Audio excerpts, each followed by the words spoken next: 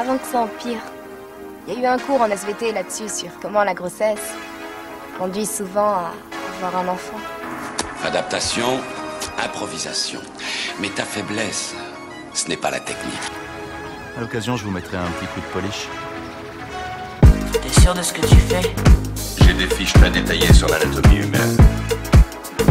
Je m'en doute.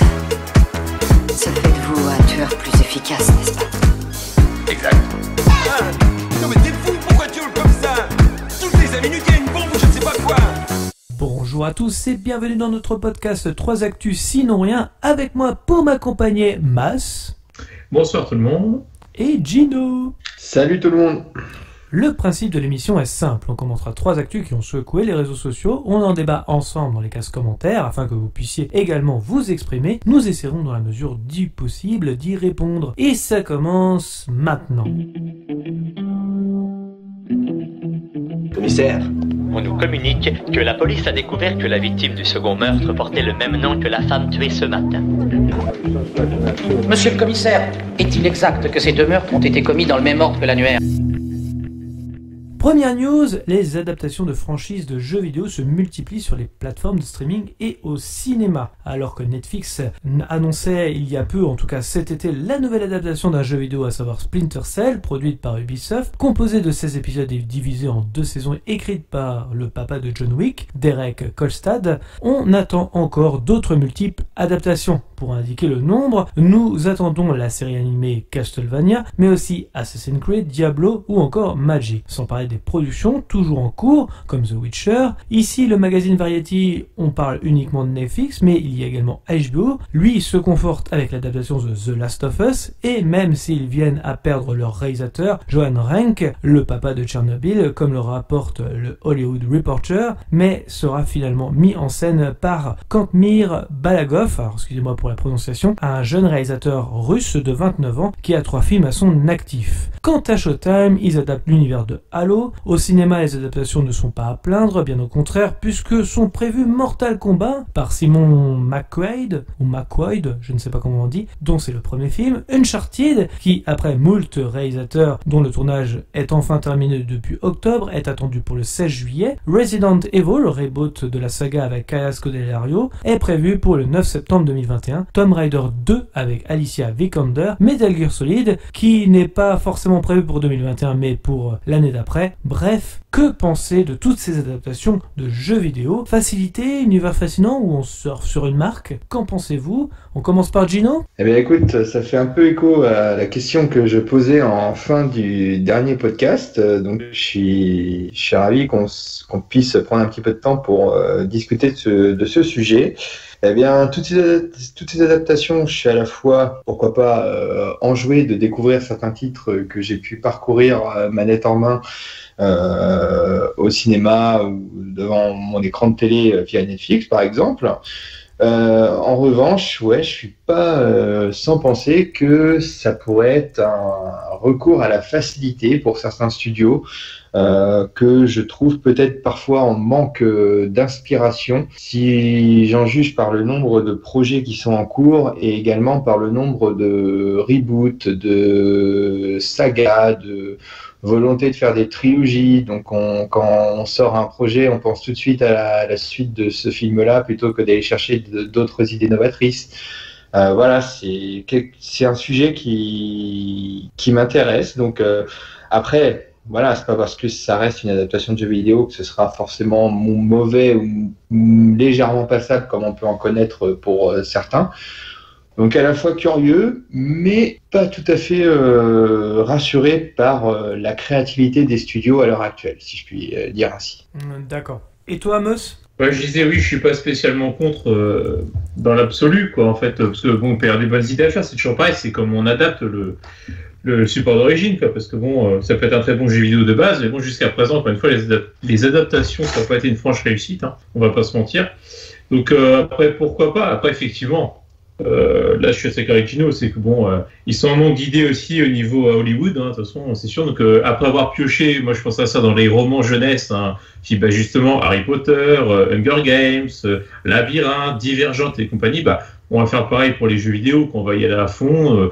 des franchises qui marchent bien, et puis on va espérer que le public issu des jeux vidéo va se diriger vers les salles pour aller voir les films, quoi. C'est un peu ça, quoi. C'est essayer de limiter la prise de risque pour maximiser les profits, je dirais, hein. C'est toujours pareil. Donc bon, pourquoi pas, mais il faut mettre des gens talentueux derrière aux manettes, quoi, pour avoir un résultat qui soit au moins intéressant.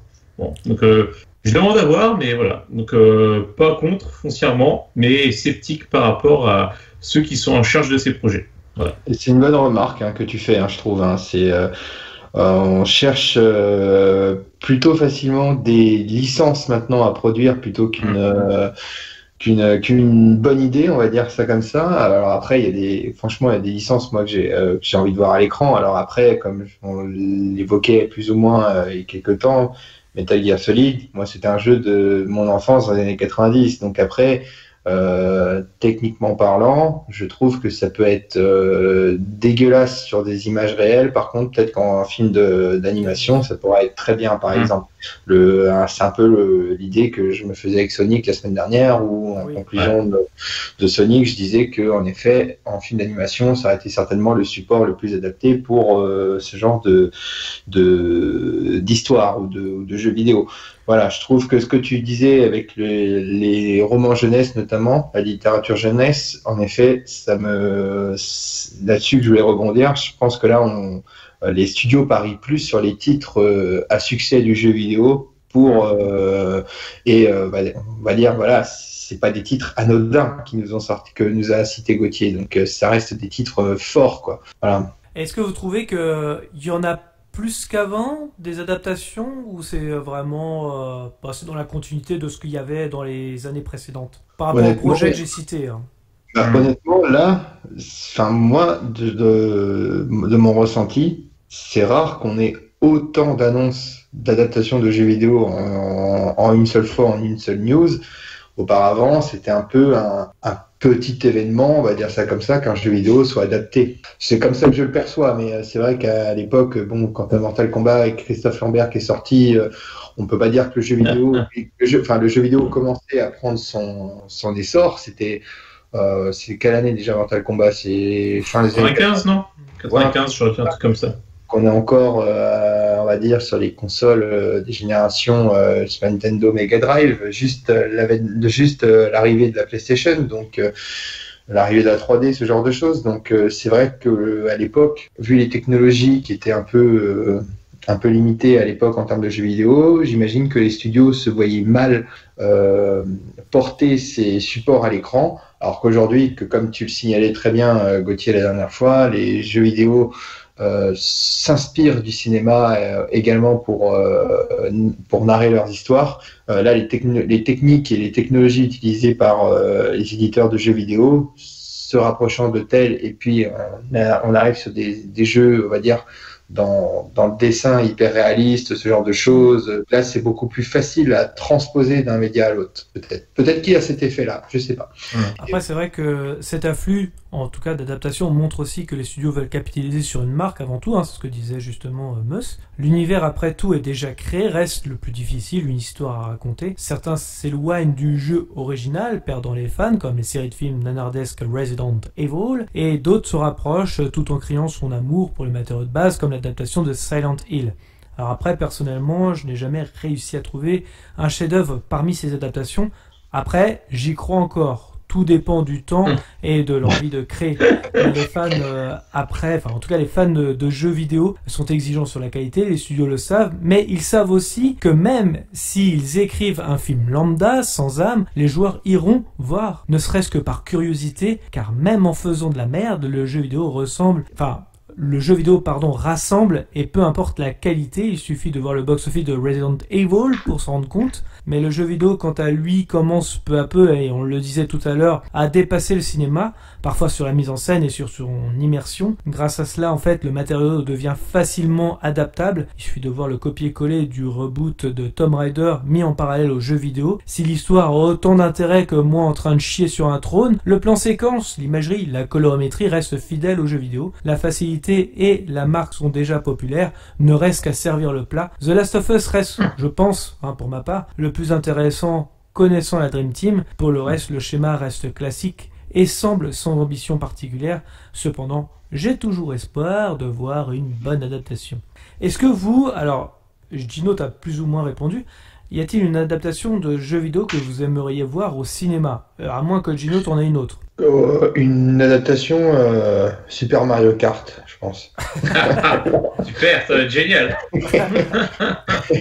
Non, mais on a fait Speedrun, plus sérieusement, je pense que un jeu qui m'a marqué ces derniers temps sur PlayStation 4, c'est Ghost of Tsushima. Donc après, ça reste un superbe jeu vidéo. Il n'y a pas trop on va dire, de fantasy ou ce genre de choses dans le scénar du jeu.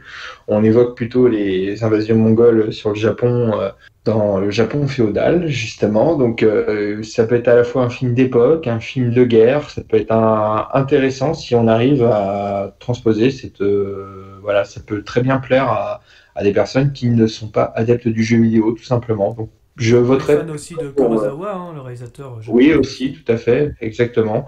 Notamment le filtre, c'était le nom d'un filtre proposé dans le jeu vidéo. On pouvait jouer avec un filtre dit Kurosawa, où en effet on pouvait jouer en noir et blanc avec une image qui sautille un petit peu. C'était assez bien pensé.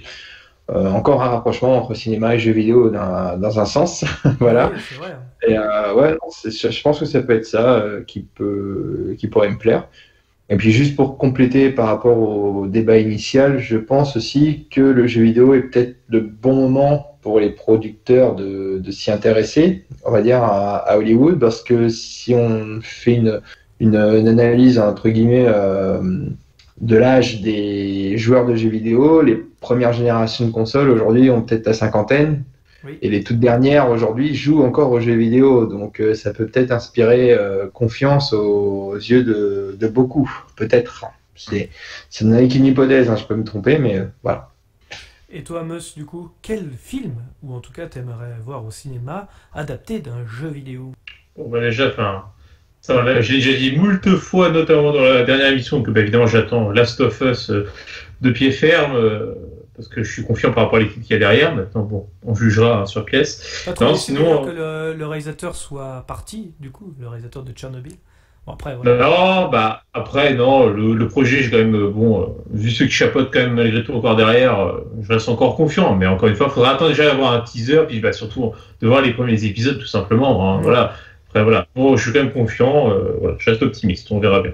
Non, sinon, en saga, je dirais que moi, parmi les sagas auxquelles j'ai joué niveau jeux vidéo et que j'aimerais éventuellement voir dans les salles obscures, je pense notamment alors c'est une saga sur PlayStation 3 que j'ai beaucoup aimé. Oui. J'adore la science-fiction, c'est Dead Space. Alors là, je pense que, c'est un peu, on en avait parlé, nous, en off.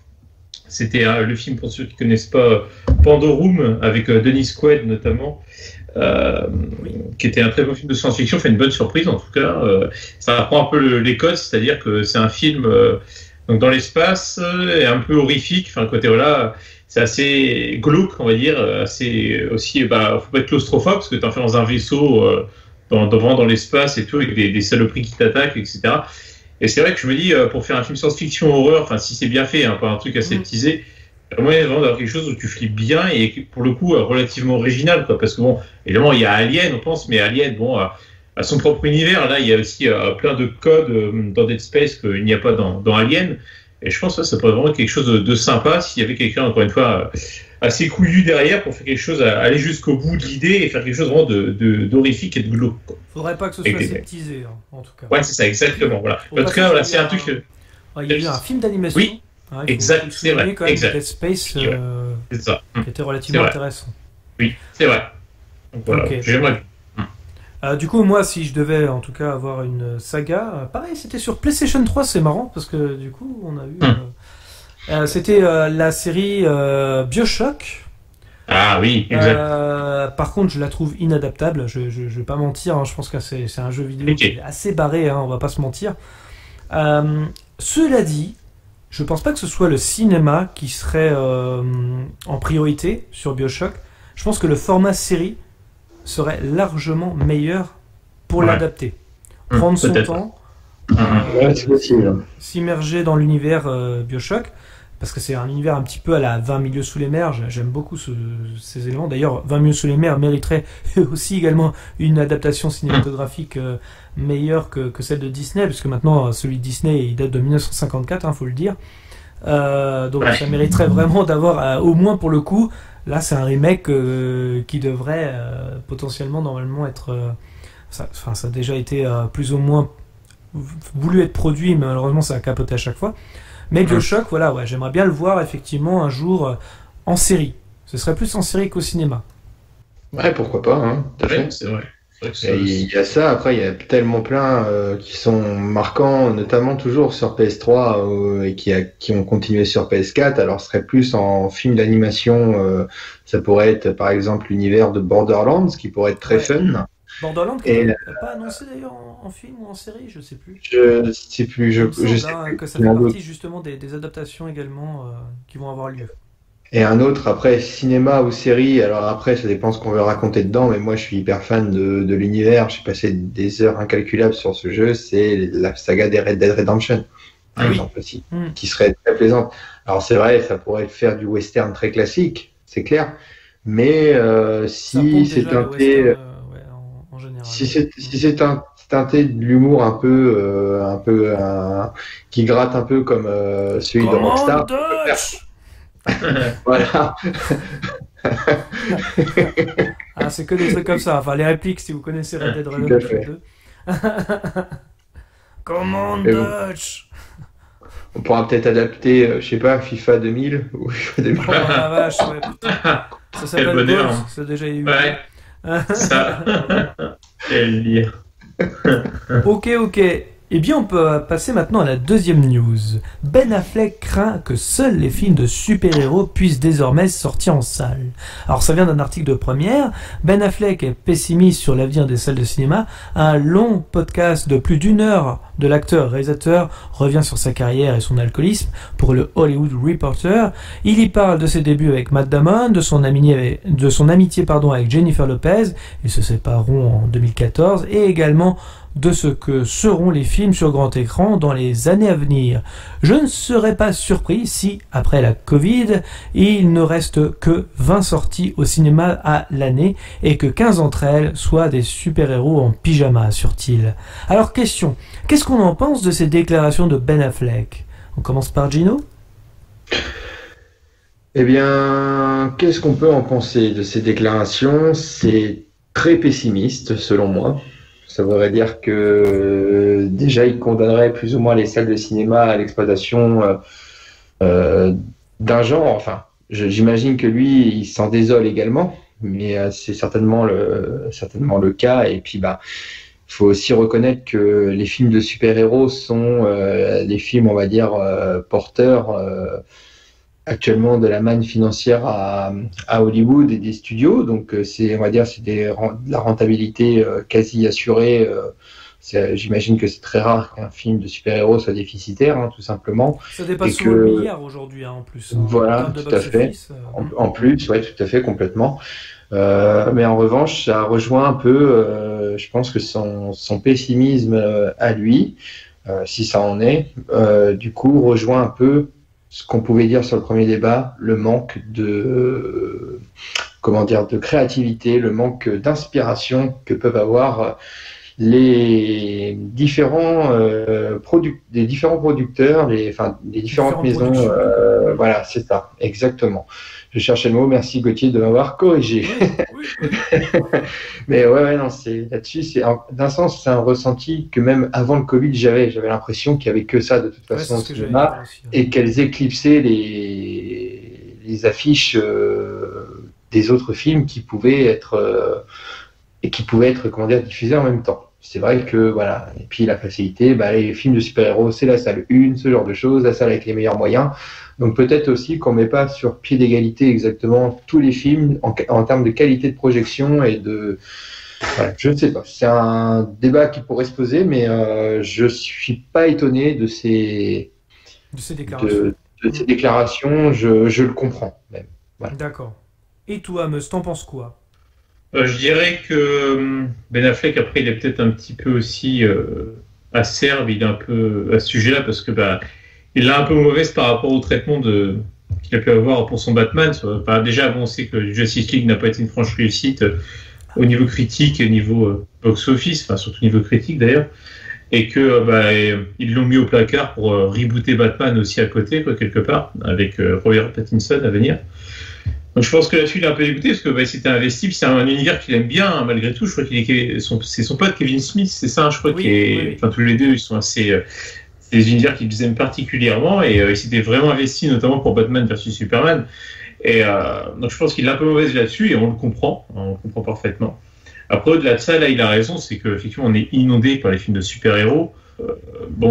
C'est bien sympa, nous-mêmes, moi personnellement, Antoine Gauthier, je suis pareil, Gino peut-être toi un peu moins de base, mais on est plutôt nous fans de ce genre d'univers en soi à la base, mais c'est vrai que là, Marvel, Disney notamment, nous inonde de ça, ils pressent le citron jusqu'à la dernière goutte, vraiment, encore une fois, c'est chiant parce que maintenant, tous les films se suivent et se ressemblent, encore une fois, c'est vraiment du McDo Marvel, hein, désolé, mais c'est la vérité, quoi. C'est horrible, et... c'est la même construction scénaristique, en général, c'est toujours pareil, voilà, il n'y a pas de nouveauté et tout, au bout d'un moment, voilà. Après, ça continue de faire des entrées parce que le jeune public, notamment, entre autres, est encore très fan de ce cinéma-là. Mais je pense aussi que le cinéma, avec un grand C, c'est aussi une affaire de cycle. Je veux dire, pour revenir 40 ans en arrière, c'était le western qui avait le vent en poupe, par exemple. 40-50 ans même, on pourrait dire maintenant. Il y a eu les films de guerre, etc. Je pense que c'est un cycle où on va arriver à une certaine apogée de films de super-héros. Et au bout d'un moment, le public va se classer lentement mais sûrement. Ça prend peut-être du temps, mais il va finir par se classer. Et puis il y a d'autres films qui reviendront un peu plus sur le devant de la scène, parce que pour avoir de la nouveauté, encore une fois. Donc je pense qu'à un moment, ça va atteindre son point d'orgue et ça finira par redescendre. Maintenant, quand c'est qu'on va dire, mais j'espère le plus tôt possible, parce que c'est vrai que ça devient gavant. Après, on a toujours le choix, mais si ça commence à vampiriser trop, effectivement, et que ça commence à représenter une trop grande part des films qui sortent. Les vieux cons comme nous, j'ai envie de dire, vont vite être blasés, quoi. Donc, justement, je rebondis un petit peu sur ce que tu disais, Meus, parce que justement, Steven Spielberg comparait justement les films de super-héros au western, et justement, est-ce que le genre peut-il s'épuiser, comme le soulignait il y a quelques années Steven Spielberg? C'est là toute la question. C'est vraiment très intéressant d'avoir rebondi là-dessus. Parce que finalement, aujourd'hui, comme on le disait, c'est fait de façon industrielle. Et aujourd'hui, le MCU, ou même le DCU, c'est le même combat, finalement. Ça nous propose finalement des scénarios calqués sur les autres. Quand tu vois, par exemple, je sais pas moi, Captain Marvel, qu'on cite souvent, mais c'est pareil, il y a très peu de prise de risque. Ou quand ils essaient de changer les choses, même avec Infinity War, ils le détruisent avec Endgame. Si on parle de Justice League, c'est un mort-né de toute façon au niveau de cette franchise. Ou alors si on évite Marvel ou le DCU, restent les autres films tentant d'être différents sans être non plus marquants. Donc finalement personne n'en s'en dégage. Alors oui, ce genre va s'épuiser, et Spielberg a raison, je pense. Reste à savoir quand, comme disait Meus. C'est vraiment toute la subtilité de la chose. C'est que finalement, pour l'instant, il y a encore de l'argent au box-office. Mais c'est vrai qu'à force, je pense, si en tout cas le genre ne se réinvente pas, ça se détruira. Ça, c'est sûr. Ouais, après... pardon, Gino, vas-y. Non, je t'en prie, c'est juste pour rebondir sur cette comparaison entre les westerns et les films de super-héros d'aujourd'hui.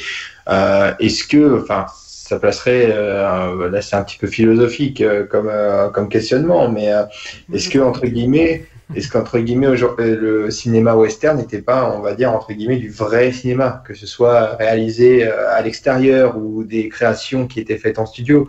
Alors certes, pour beaucoup, on a tendance à penser que les scénarios se ressemblent beaucoup. On imagine le cow-boy sur son cheval, qui va tuer un méchant, et puis Cow-boy solitaire. Cow-boy solitaire, ce genre de choses. Il y a beaucoup d'histoires très différentes, souvent des histoires de vengeance ou de règlement de compte, faut pas se le cacher. Mais on peut peut-être reprocher ce genre de facilité à l'époque au western, mais à l'époque, il n'y avait pas les moyens qu'avaient les studios d'aujourd'hui pour utiliser même des technologies à leur portée. Aujourd'hui, limite, le seul frein, c'est leur imagination. Et c'est ça qui me désole un peu. Je veux dire, aujourd'hui, avec une bonne idée, limite aujourd'hui, on n'a même plus l'impression que les acteurs sont très souvent tourner en extérieur ou en studio. beaucoup, on a de plus en plus l'essor de du numérique, de la capture motion, comme on dit, je crois, de mémoire.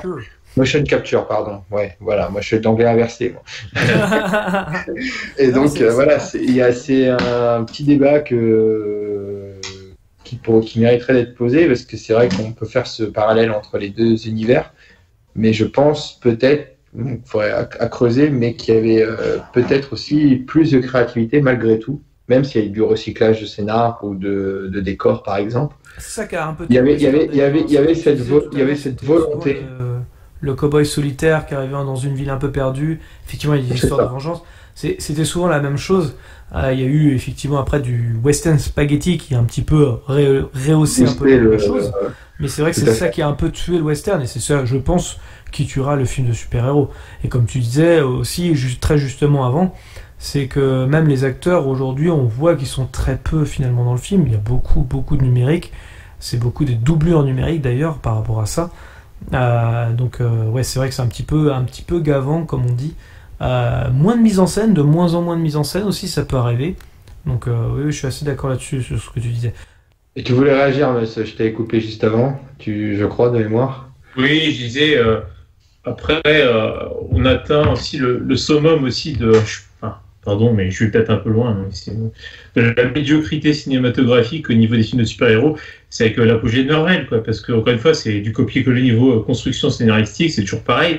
Pour autant, dans l'histoire du cinéma de super-héros, on peut aussi trouver de très bons films. Je pense, dans les dernières dates, moi j'ai trouvé quand même très bien dans l'ensemble, c'est Logan, qui était sur le plan dramaturgique, et puis surtout une prise de risque. Tu vois, c'était PG-13, donc on relevait aussi la barre d'interdiction de l'âge pour quelque chose d'un peu plus violent, un peu plus adulte, un peu plus noir.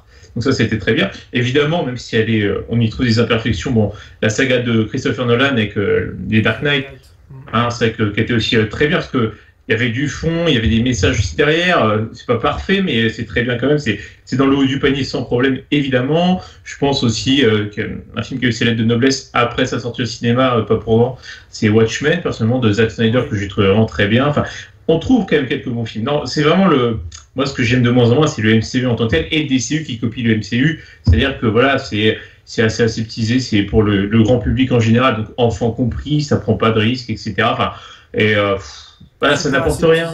Ouais, c'est ça, c'est fade, c'est toujours pareil. Donc voilà. Les dessins animés d'ailleurs, je trouve, dans les années 90, étaient un peu plus violents. Oui, carrément. De combat, même de messages aussi derrière. Mais c'est vrai qu'aujourd'hui, on le fait de moins en moins. Donc c'est surtout ça. C'est surtout Marvel qui, finalement, ils sont en train de scier la branche sur laquelle je pense qu'ils sont assis sur le moyen terme ou le long terme. En tout cas, on verra. L'avenir le dira. Encore une fois, on n'est pas des Madame Irma, mais c'est ça. Mais c'est dommage. Mais après, si de temps à autre, on peut avoir quelques bonnes surprises et une prise de risque, typiquement, alors moi, je suis pas très fan du film en tant que tel, mais malgré tout, je salue la tentative, la prise de risque. C'est Joker qui a eu un succès quand même critique et commercial.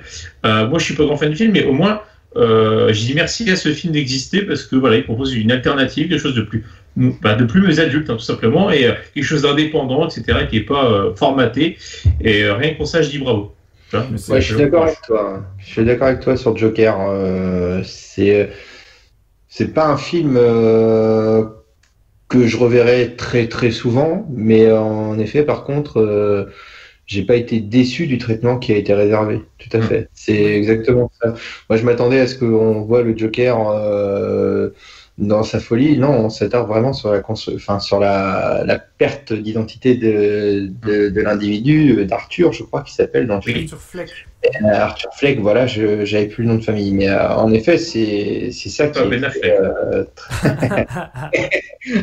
non. Et c'est ça qui est intéressant, et voilà, ça, le film mérite en effet de casser un peu la routine des films ou des dérivés de super-héros qui sont formidables, ainsi de suite. Et ces films de super-héros, moi, je les vois comme ça me fait penser, tiens, toujours le parallèle avec le jeu vidéo, c'était un peu un Smash Bros mêlé, on met tout le monde dans le film, là, voilà, démerdez-vous, on va amuser les gamins, et puis voilà, c'est... Ouais, je trouve que ça dénature un peu les comics dans Des leur. fois, c'est le bordel aussi dans les comics, attention. Hein. Oui, c'est le bordel, mais ça, si tu veux, à la base, on avait un personnage et on raconte foultitude d'histoires autour de ce personnage, des vraisemblables, des invraisemblables, continuels, sériels, comme tu veux, mais c'était le but de divertir le peuple américain pendant et après la guerre, quoi.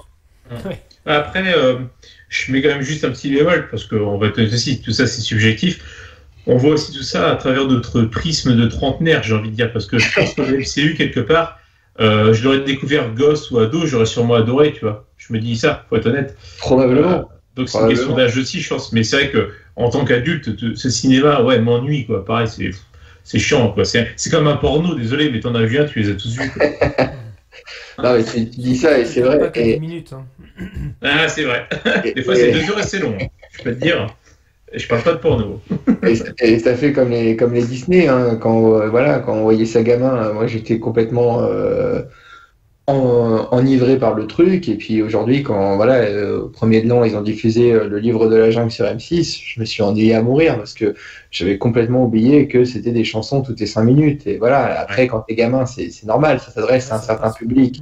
Donc c'est logique. Et je pense que peut-être que les jeunes d'aujourd'hui, dans 20-30 ans, à notre âge, peut-être, qui reverront ces films-là d'un autre œil, avec l'œil qu'on a à ce jour.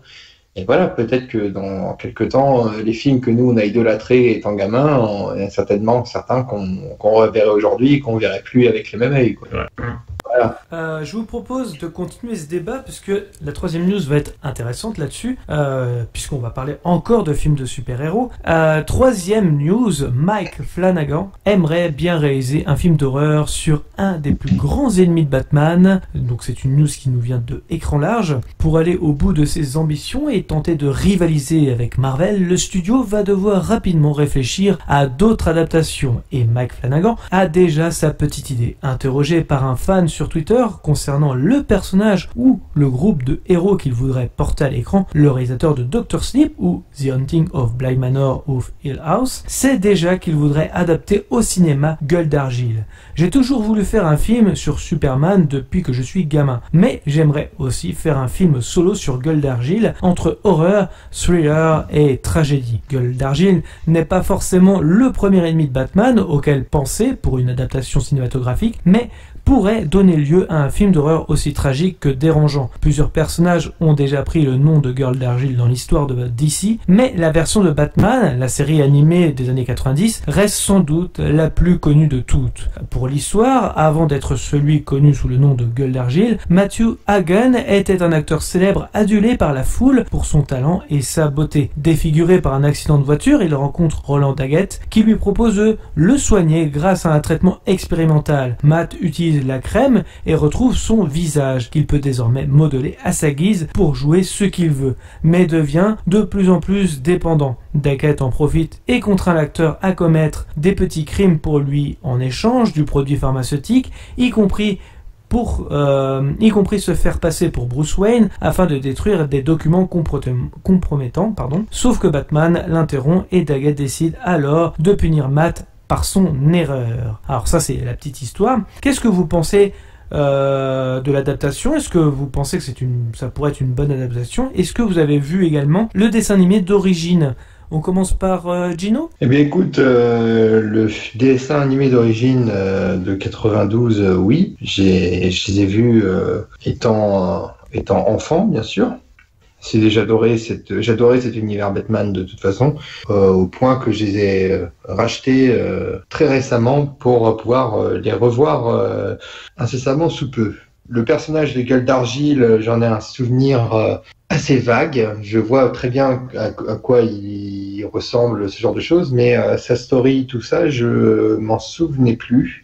Donc après, c'est un peu à l'image de ce qu'on disait tout à l'heure sur Joker, qui lui était plus emblématique de par ses diverses adaptations et personnages très très marquants. Je pense que c'est un pari intéressant. C'est pas le méchant auquel on penserait en premier si on parlait de l'univers de Batman. On penserait tout de suite au Joker, à Freeze ou au Pingouin par exemple, ou Catwoman. Et c'est un pari, moi. Donc pourquoi pas. Je trouve que ça peut être une bonne idée. Alors après Doctor Strange, mais Doctor Sleep, pardon, j'ai pas vu. Parce que moi, les films d'horreur, c'est pas du tout ma came. Donc, je sais pas ce que donne Mike Flanagan sur ce genre d'univers. Donc, peut-être que vous allez en dire bien davantage à ce sujet. Et toi, Amos, dis-moi tout. Je dirais simplement que le film Joker fait des émules un petit peu parce que on a un petit stand-alone avec Joker qui a eu son succès et puis c'était très bien. Puis c'est vrai que ça pourrait être l'occasion de faire une chose similaire avec d'autres méchants de Batman. Hein. C'est vrai que Gueule d'Argile n'a jamais été adapté. En termes de psychologie du personnage, ce serait intéressant parce qu'il y a beaucoup à dire. Hein. C'est quand même un destin assez tragique qu'il a eu. Quelque part, c'est à la fois un méchant et une victime dans tout ça, tout ce qu'il subit. Et surtout avec les effets numériques de maintenant, on pourrait avoir un rendu, je pense, si on met les moyens évidemment, mais un rendu qui soit tout à fait crédible et intéressant. Donc pourquoi pas, ce serait original, ça n'a jamais été fait. Donc oui, c'est toujours pareil, si c'est déjà, il a l'air d'être rempli de bonnes intentions. Du coup, le réel, après, c'est toujours pareil, il faut voir les moyens. Si ça se fait, bien sûr, il y a les moyens qu'on lui donne derrière, et puis le scénar, bien sûr, c'est ça qui fait aussi la qualité d'un film. Mais moi, je serais carrément pour, quoi. Ce serait intéressant, je pense. Hein, et le choix justement du réalisateur, toi qui as vu un petit peu The Haunting of Hill House, peut-être pas les autres, intéressant ou pas par rapport à justement l'histoire de Gueule d'Argile, hein. Je dis bien par rapport à l'histoire de Gueule d'Argile. Alors, comment dire, ça réel, je trouvais ça très bien fait. Moi, j'ai moins aimé la série parce que moi j'aime bien les trucs quand c'est un peu horrifique, qui vont loin. Et j'ai trouvé ça, c'est normal, c'était plus un drame au final que quelque chose d'épouvante. Mais j'aurais aimé qu'il aille plus loin dans l'épouvante, même s'il y a eu des passages très très bons. Mais au niveau de la réal, je trouvais ça très bien. Sinon, sur le plan technique, ça j'ai rien eu à dire. Donc, je serais plutôt confiant sur ce projet. Voilà, même si, comme je dis, j'ai pas aimé le ton. Je préfère vraiment s'il fait Gueule d'Argile, comme il dit, il parle de tragédie. S'il fait un ton vraiment assez sombre et qu'on sent bien la tragédie du personnage, je suis complètement pour. Évidemment, donc curieux et intéressé par ce projet. Donc après, à voir si ça vient vraiment à prendre, hein, bien sûr, mais oui, je serais carrément pour, en tout cas, sur papier. Et justement, par rapport à la deuxième news, j'ai envie de vous poser une deuxième question. Est-ce que c'est pas justement la solution pour faire évoluer le genre de super-héros ? Parce que, est-ce que Gueule d'Argile serait un film de super-héros ? Je ne pense pas, mais par rapport au film de super-héros, est-ce que ce serait pas justement la solution, c'est de mélanger un peu les genres ?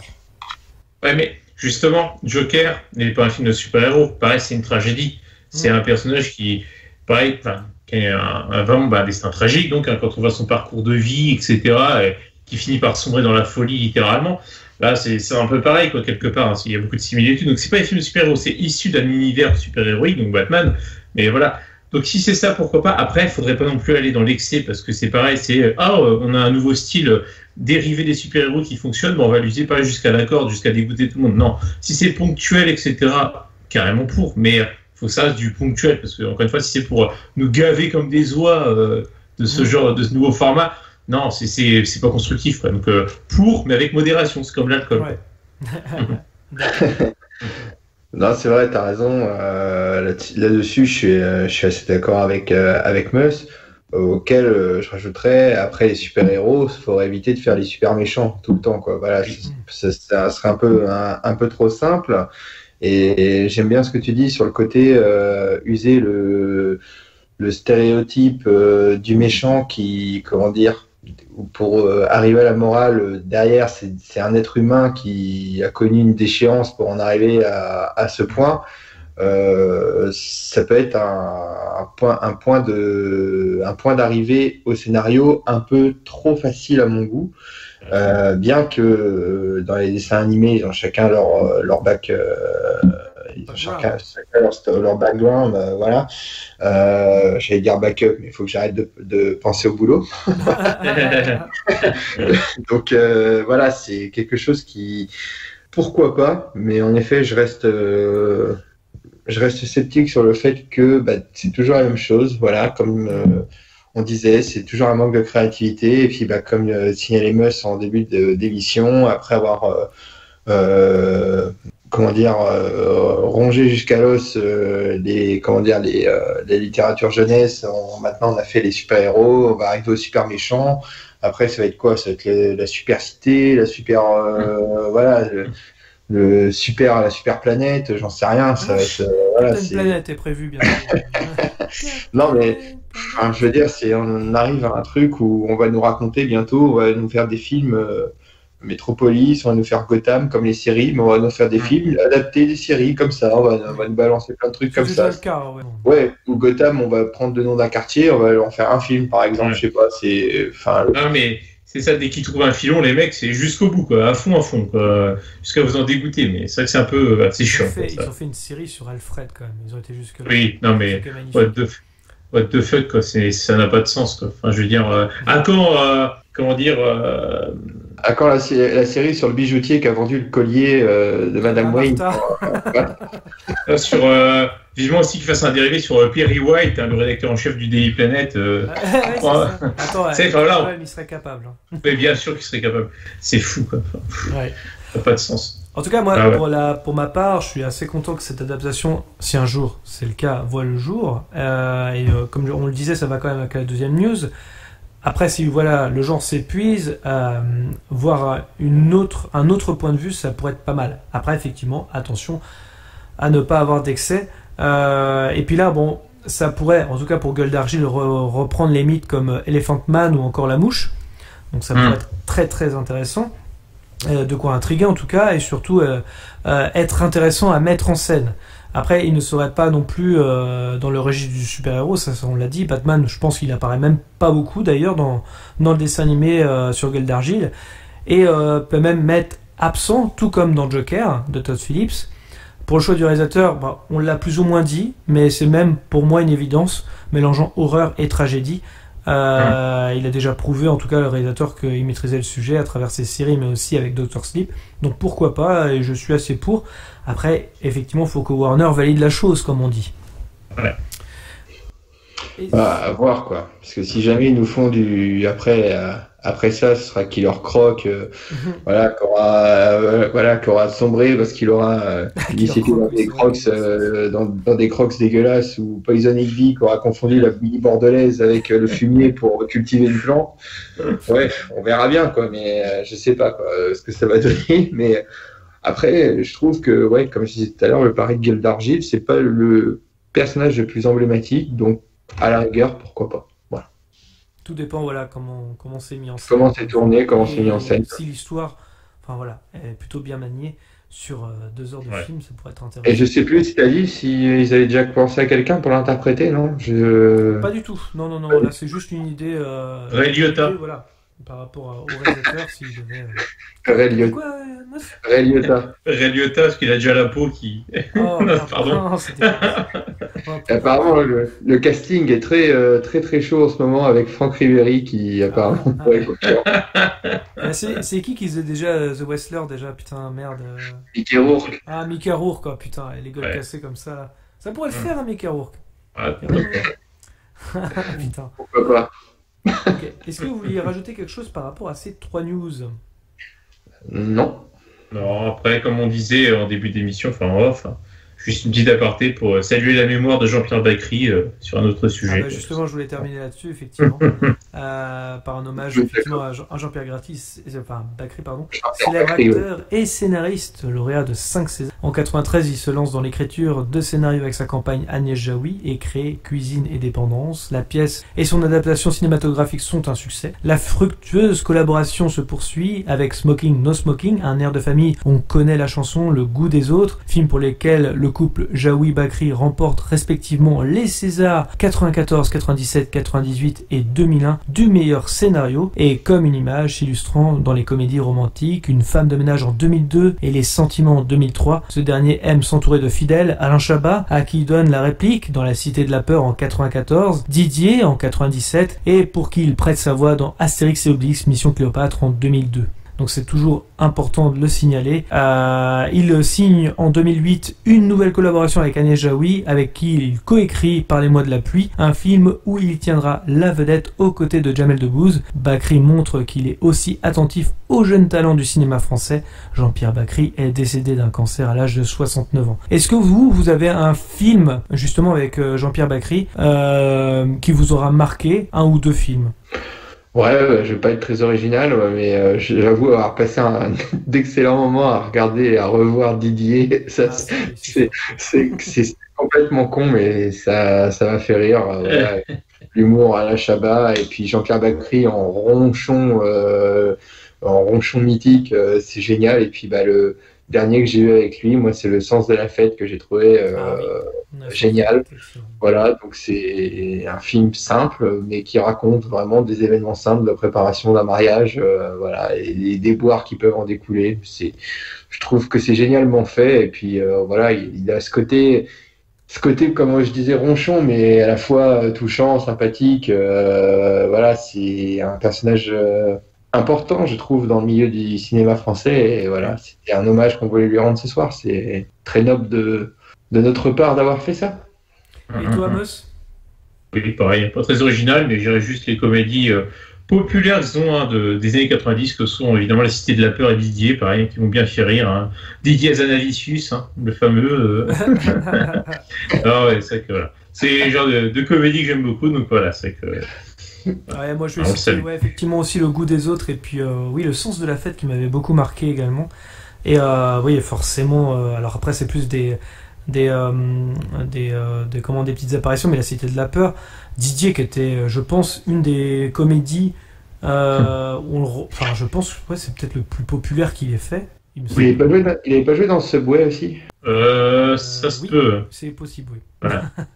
Il me semble. Oui, si, il me semble. Ouais.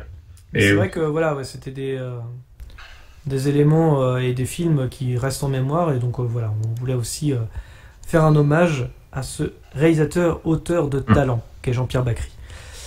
Un autre mot ou pas pour conclure? Oui, juste, voilà, faut pas nous. D'accord. Faut pas nous en vouloir de ne pas avoir fait d'hommage pour la disparition de Louis de Funès. C'est simplement parce que le podcast n'existait pas encore. Voilà, merci. C'est vrai. Mais dès qu'on trouve une DeLorean, promis, on le fait. On le fait. En tout cas, merci à tous de nous avoir suivis. Je vous rappelle que vous pouvez clocher, commenter, mettre un pouce bleu, nous suivre sur les réseaux sociaux, Facebook, Twitter, Instagram. Les liens sont dans la description. Dans tous les cas, rendez-vous dans les salles obscures quand elles réouvriront pour de nouvelles aventures. Bonne soirée à tous. Salut tout le monde, et à la semaine prochaine. Ouais, à la prochaine tout le monde, salut. Avant que ça empire, il y a eu un cours en SVT là-dessus sur comment la grossesse conduit souvent à avoir un enfant. Adaptation, improvisation. Mais ta faiblesse, ce n'est pas la technique. À l'occasion, je vous mettrai un petit coup de polish. T'es sûr de ce que tu fais? J'ai des fiches très détaillées sur l'anatomie humaine. Je m'en doute. Ça fait de vous un tueur plus efficace, n'est-ce pas?